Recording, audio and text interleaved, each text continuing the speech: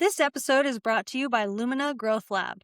At Lumina, we help professional learning and development companies who are struggling with predictable lead flow, a sniper approach to attracting the ideal clients, and a system that qualifies clients so they can have a smoother sales process, finally have scalability, and ultimately take their business to the next level. Most of the time, our clients come to us frustrated because nothing seems to work outside of word of mouth and referral-based lead gen. But with the right strategy and support, they're able to confidently add new channels of lead generation with a packed pipeline that creates sustainable revenue and year-over-year growth for cheaper than ever before because of the use of AI technologies. If that sounds like you or someone you know, connect with me on LinkedIn and I'd be happy to have a conversation with you about unlocking your business's potential. Now, let's dive into today's episode. Okay. Welcome to the Marketing Matrix. I'm your host, Lisanne Murphy, and today I am joined by the wonderful, beautiful, and very, very talented Ursula Pottinga. So, Ursula, thank you so much for coming onto the show today. It's a pleasure. I'm excited and delighted to be here.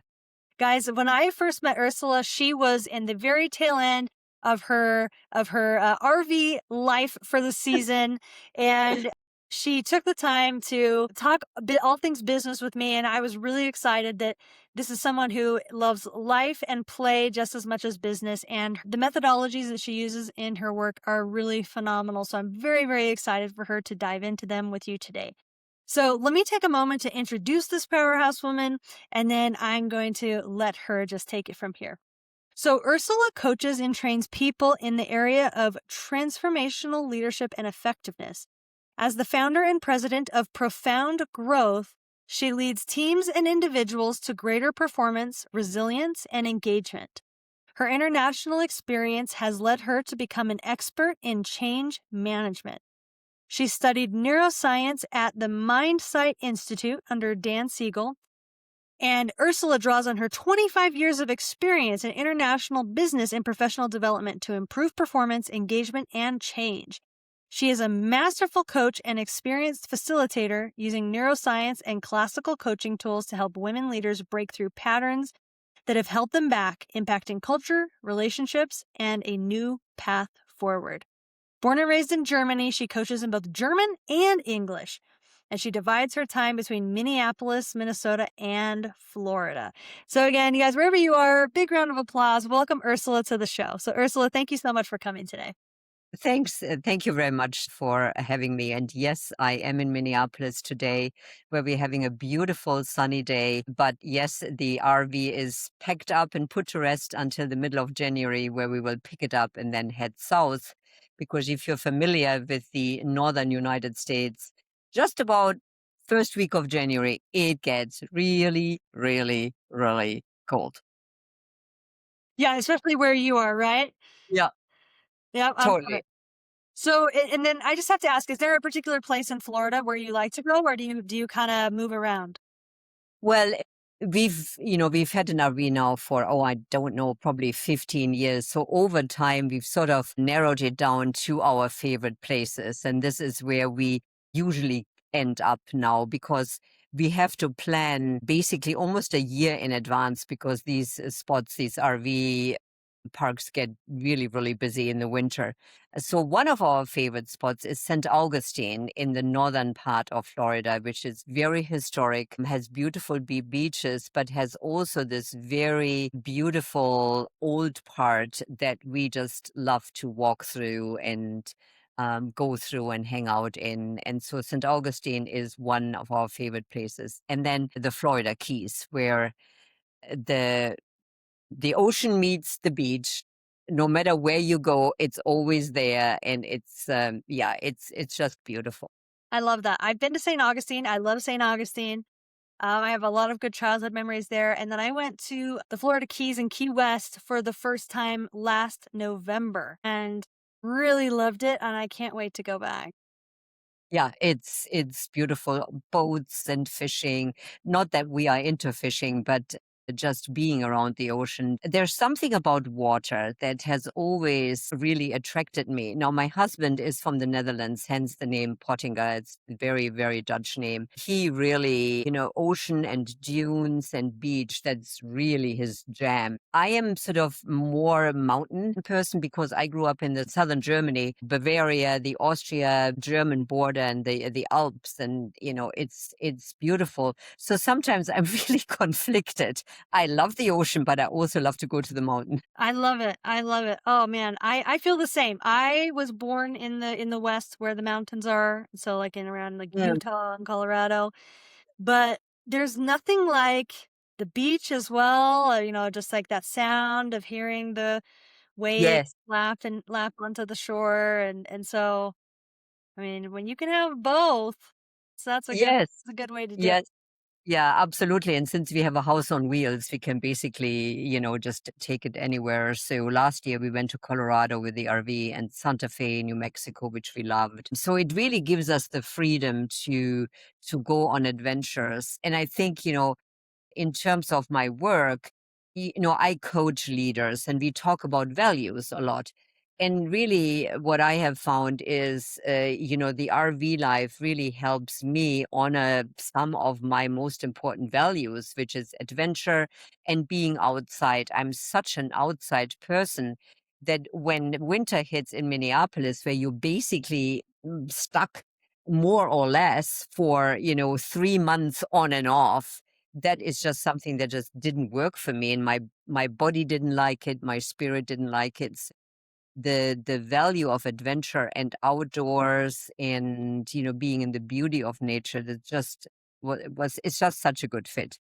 Oh, I love it so much. And I love how you bring up the importance of values and how we need to be aware of them and structure our life Yeah, around them, right? yeah. And I'm really excited to dive more into that. Okay, so for those that aren't as familiar with you and who you are, I would love to hear some of your background story. Like how did you become so interested in transformational change? I remember back when I was 15, I had a very good friend that was into philosophy and poetry. And I remember sitting on the floor in my parents' living room having these, in-depth conversations about, spirit and transformation and consciousness, even then, although at the time I didn't really know what that was. I was just fascinated by that. So I think it's always been a part of my life. Not until I became a coach 25 years ago, and then met my business partner who was also into consciousness and transformation, it wasn't until then that I really saw and learned this is what transformation is. This is what consciousness is, and this is how I can use it in my own life and in my professional world.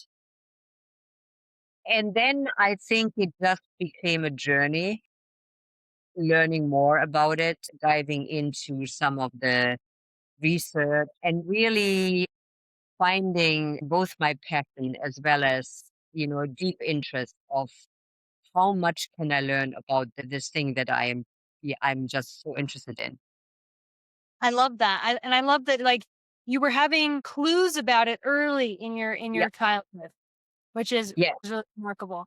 And so it was like so it sounds like it was an interest first and then like the research Yeah, that it was an interest and a passion, and I could feel there was something there. And then it's like very much like I think how life works.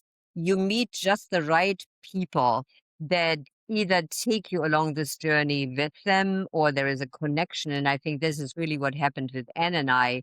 We found this common purpose, we found this common passion. And from there, we also said, okay, we love consciousness, but how can we bring consciousness into the world in terms of business and effectiveness? Because it's very hard to go into an organization and sell consciousness. It's not an easy sell. So then we looked at it and said, well, is there proof to consciousness? And that led us to neuroscience. So that became the shifting point of saying, okay, there is actually evidence how consciousness increases, and it is directly related to the brain. And that led us to Dan Siegel's training course and reading books on, neuroscience and integration. And that became then a product, as you will, that actually people were interested in because it was now about science and effectiveness rather than consciousness. So what's the language that you use to communicate that to businesses, like in the process where you're starting an engagement with them? That's a really, really good question. Usually, I am very curious about the challenge because people know what that challenge is. They are not always aware what the solution to the problem is. Or sometimes I find they think this is the solution to the problem. And when I really have deep conversations with them and really trying to figure out, well, what's going on here? What's getting in the way? What is the struggle? I can see what a solution might be that they are not even aware of. So my first sort of inroad into the conversation is really curiosity. What are you struggling with? Where did it come from? How long have you been struggling with that? What's the impact on that? And what would you rather have? What would you want? And then from there, I go to here are one or two neuroscience solutions that I can offer you that will help with the struggle, but will also enable you to have tools to continue on this growth journey. So, Mm. for example, if I hear in an organization that stress is an issue, people are stressed, and really look at the world. Is there anybody who's not stressed right now? It's going to, okay, this is the impact of stress on your organization, on the team, on you. And here is a neuroscience tool and concept that will really help you understand where stress is coming from in terms of the brain, the impact on the chemicals on your functioning. And here is a tool that will help you really line up your stress level so it becomes more effective rather than you're either completely overwhelmed and burned out or people are bored. And on either side of that equation, things are not effective. Yeah, well, and I think it's really interesting. It really demonstrates the point. I love how you said people understand their problem, but Yeah. they don't always know what the solution might be to fix that problem. But like the solution itself, like doesn't necessarily matter that much. Like as long as it's fixed, like the tools that are used, I think people care less about. Absolutely. This is really an interesting point that you are raising. It really is often not so much about the tool or the solution. What is important about the whole thing is the sort of deeper inner journey that we are all asked to undertake. So whether it's an individual client or a leader in an organization, yeah, the tools are the key that opens the door to the organization. But ultimately, what's important is for them individually to look in here, look into the heart, look into the body, look into the mind, and understand themselves better. If the awareness is increased, if that inner compass gets more aligned, then the solution to the problems become sort of more visible. And then the tools and the neuroscience, yeah, that's super helpful. But what is more helpful is the question, okay, how do I feel? What do I learn? What's my awareness? What increases now in terms of who I am as a human being and as a leader? And that always has to come first. I love it. So these philosophies that are, I mean, they are driven by neuroscience and science as well, but they also are very rooted in Eastern religious philosophy. So I'm curious if are you a religious or spiritual person at all? I love that question. Thank you for asking that. Yes, I am. I am both religious as well as spiritual. And there's a big difference. Religion is a man-made structure. It's a man-made concept, and spirituality is really what's underneath it. So what I am mindful of is what is not the religious sort of underpinning that my clients stand on, but what are their spiritual leaning. I don't want to put people into a box because what we know about religion as a structure is that many people were traumatized by religion. And so when I bring up religion, it brings up this, I don't want to know anything about it because I was traumatized way back when I was a child or growing up or whatever. So for me, it's more the question, do you believe in a higher power? I don't care what it is, but do you believe in something that is outside of yourself? Is there something you believe in that really connects you deeply to a spirit? And then they can name that whatever it might be. It can be Jesus, it can be Buddha, it can be nature, it can be their higher self. Then it won't matter because I know there is a spiritual connection there. And then the religious potential trauma activation then doesn't happen because then we're looking inside, we're looking at the heart, we're looking at the spirit of what people believe in terms of how they connect to spirit. So Does that I'm make curious. sense? Yeah, absolutely. And I appreciate, I think that's like one of the best descriptions of that I've ever heard. So I really appreciate that. Are most of your clients, do they have spiritual leanings, or do you have clients that are like strictly science and to them consciousness is academic? A really, really good question. I have some clients where consciousness is purely academic. And it's really funny because they believe that it's purely academic. But when I hear them talk about where they feel most at ease, where they feel like they can access their creativity. There's often words, and I have one particular wonderful client that I've worked with for many, many, many years, who's an expert in the field of wildlife conservation. Now, when I ask him directly about spirit, it's like, no, there isn't such a thing. Don't believe in anything.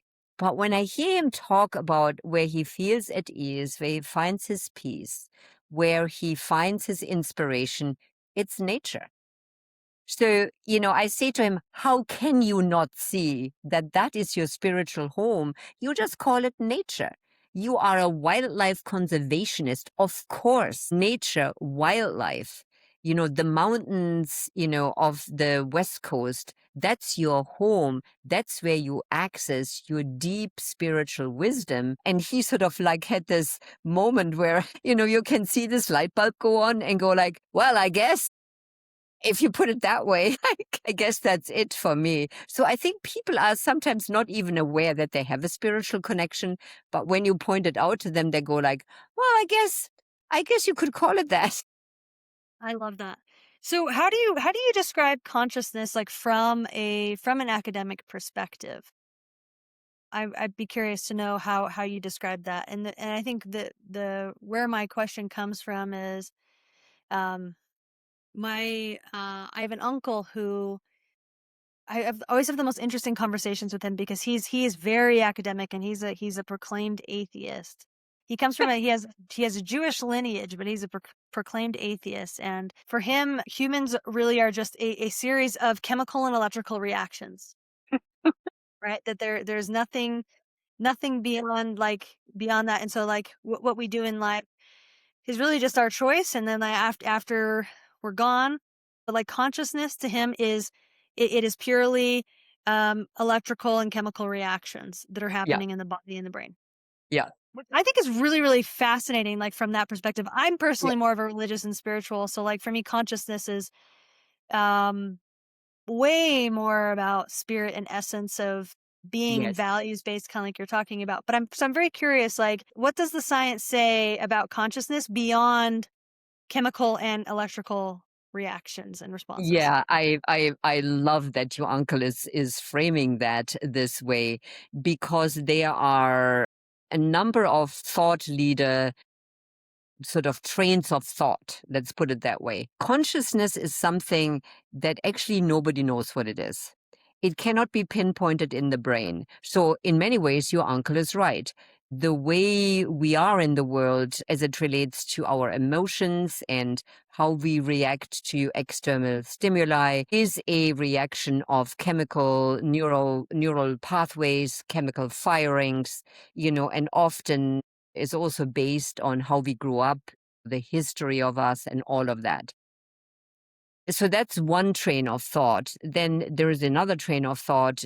For many people, it's consciousness doesn't exist. That's sort of where your uncle fits in. Then there are, people that say, yes, consciousness exists. We just don't know where.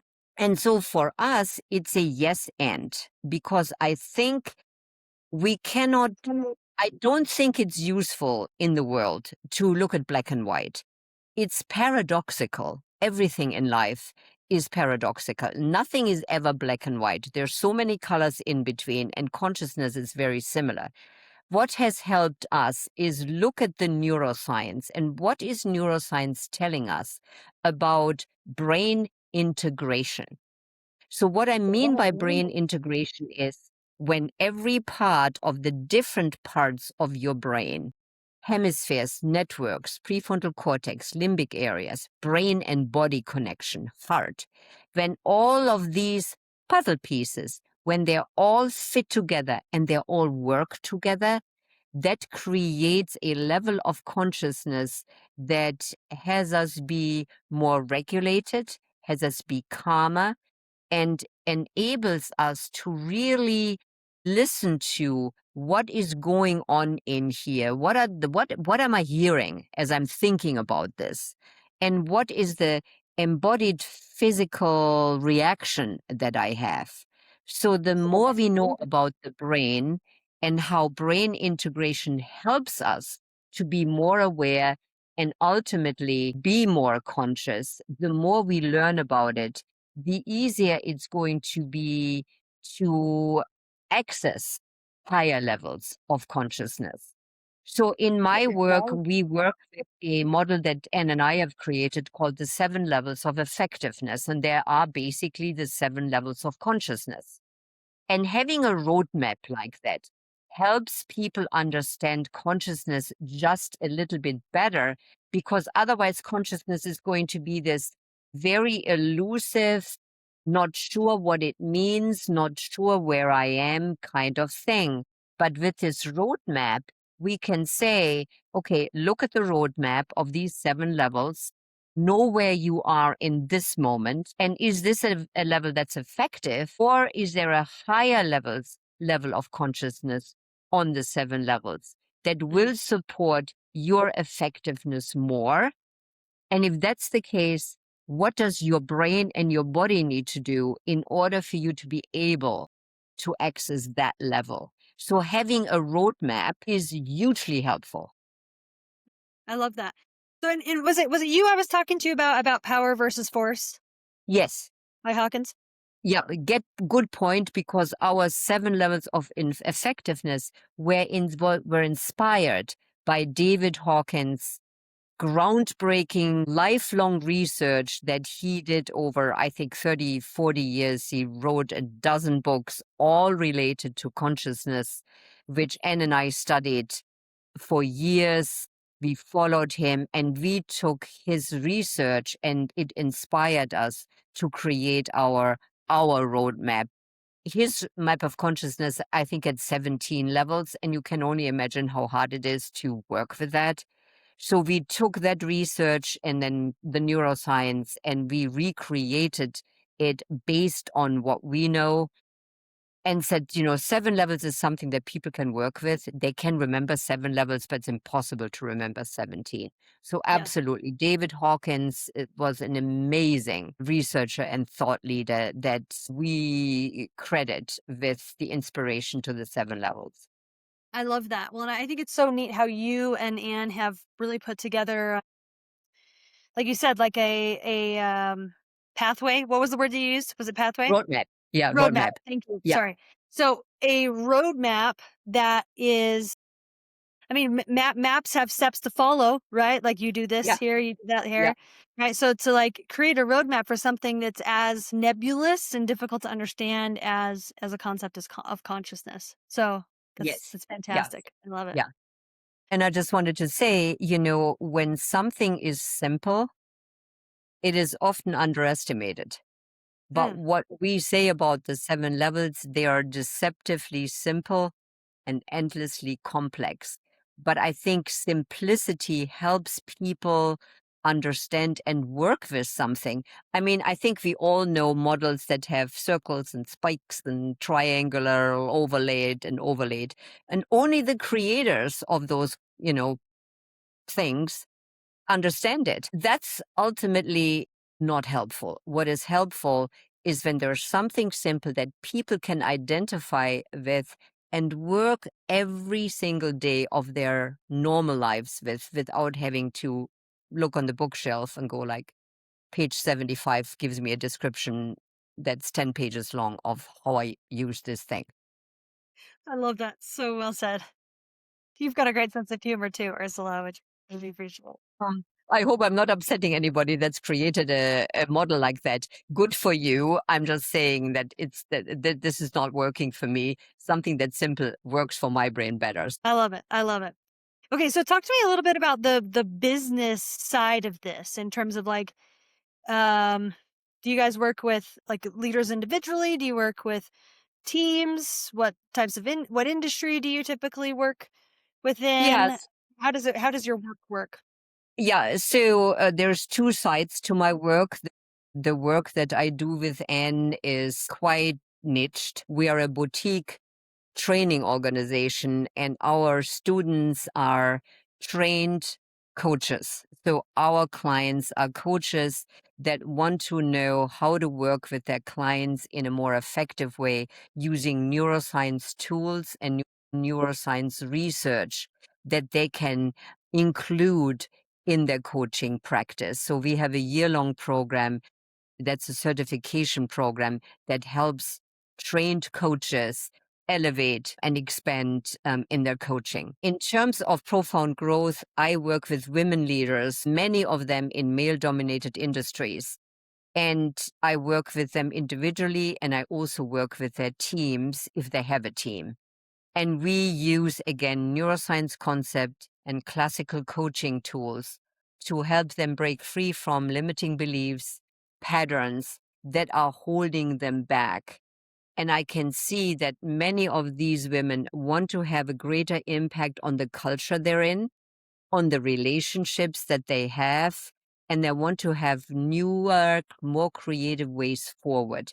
And that is what I do in my work with them, and the neuroscience and the coaching tools help them break free of these patterns and for them to have a greater impact on the culture that they're in.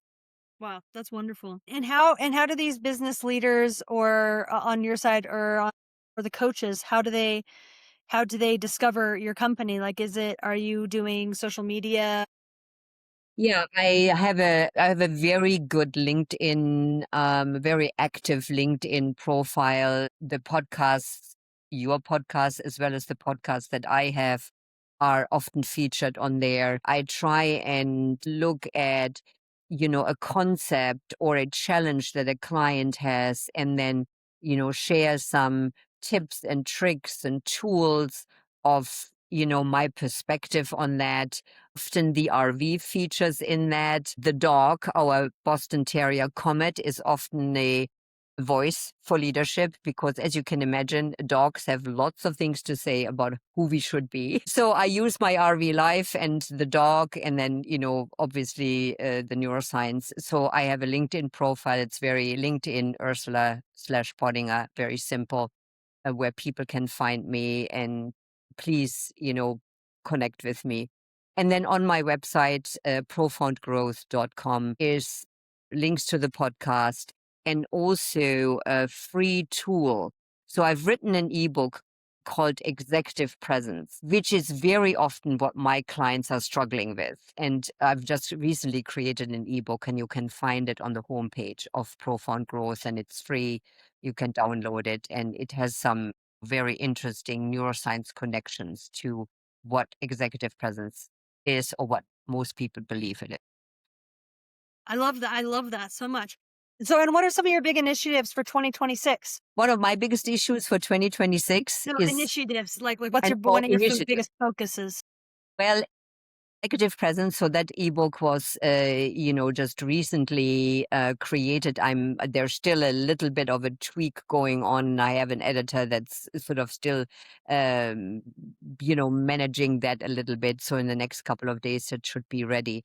And then the initiative for 2026 is creating enough groundswell on this executive presence theme that I can create a couple of webinars that, are sort of brief 1 hour, sort of a deep dive into the ebook, share some tools, have it be interactive where leaders can really find some solutions to the challenges they have using the framework of executive presence. So that is something I'm going to work on in 2026.